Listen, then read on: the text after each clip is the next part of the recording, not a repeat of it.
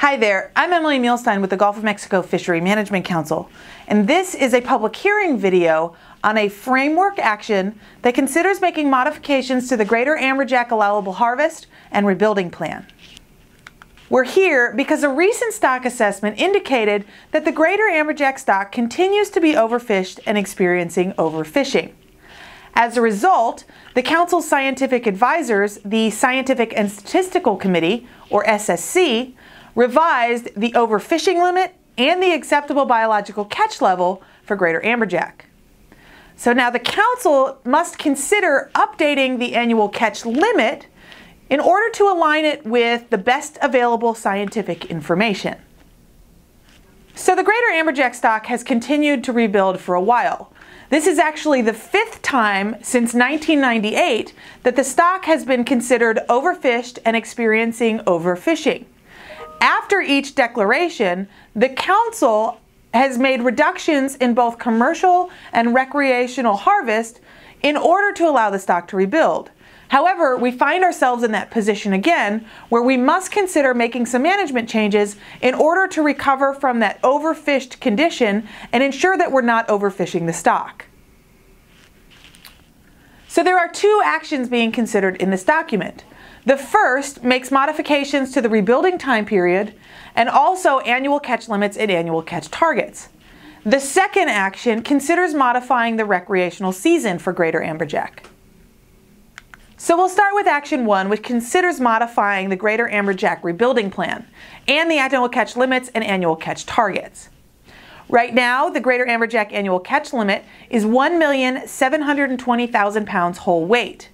The current annual catch targets were set using the annual catch limit, annual catch target control rule, and that gives us a 15% commercial buffer and 13% recreational buffer between the annual catch limits and the annual catch targets, which are essentially the quotas that we manage to.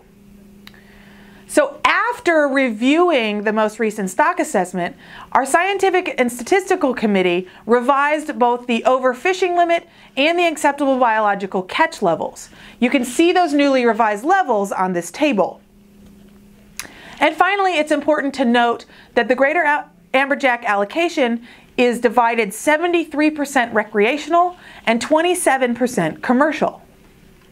Our first alternative is the no action alternative. This is not actually a legally viable option because the current annual catch limit of 1,720,000 pounds is higher than the newly recommended acceptable biological catch levels that came out of that recent stock assessment.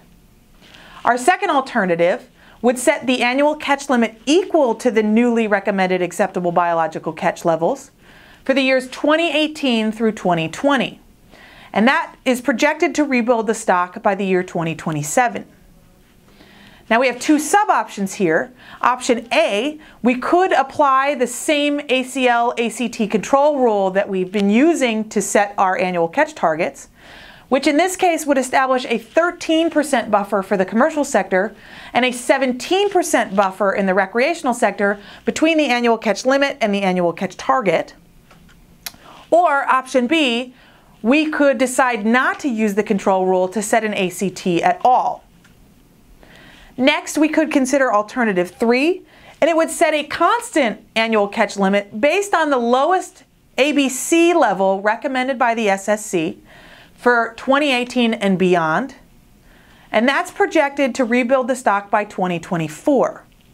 Now we have the same sub-options here. We could use that ACL-ACT control rule to establish a 13% buffer in the commercial sector and a 17% buffer in the recreational sector between the annual catch limit and the annual catch target. Or option B, we could decide not to use an annual catch target at all.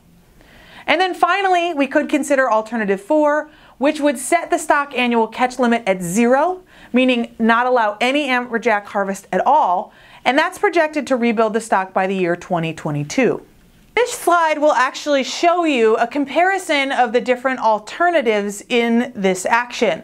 The top table will show you the recreational annual catch limits and annual catch targets under each alternative, and then the bottom table will show you the commercial annual catch limits and annual catch targets under each alternative.